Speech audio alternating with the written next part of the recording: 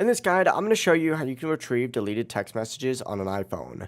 Before we do get into this guide, make sure to like the video and subscribe to the channel with all notifications on. It really does help the channel and lets us know that you want more content like this. We'd greatly appreciate it, and if at any point throughout this guide you did have any questions, just ask them down in the comment section below and we can help you out further. I'm going to be doing my best to reply to every single comment down there. There's two different methods to do this. I'm going to be going over both. The fastest and easiest way is going to be on the Messages app itself. So open that up and then tap the three lines up in the top right corner. From here, go ahead and select recently deleted, and you're going to see all of these texts on here. Essentially, just go through and recover messages deleted within the last 30 days.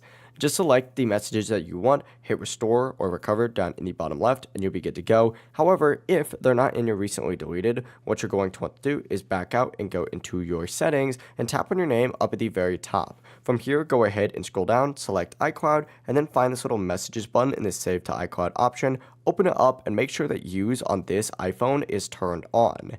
After doing that, this will pretty much ensure that your messages are synced to iCloud going forward. However, Apple will not allow you to view text messages directly on iCloud.com, so what you're going to have to do is erase your phone and then restore from an iCloud backup dated before the messages were deleted. You can also do this on a secondary Apple device like an iPad or a Mac, signed in with the same Apple ID. It really is as simple as that though. If you guys did have any questions, just ask them down in the comment section below and we can help you out further. I'm going to be doing my best to reply to every single comment down there. Before you do leave this guide, make sure to like the video and subscribe to the channel with all notifications on. It really does help us out, lets us know that you want more content. We'd greatly appreciate it. Have a great rest of your day though. Peace.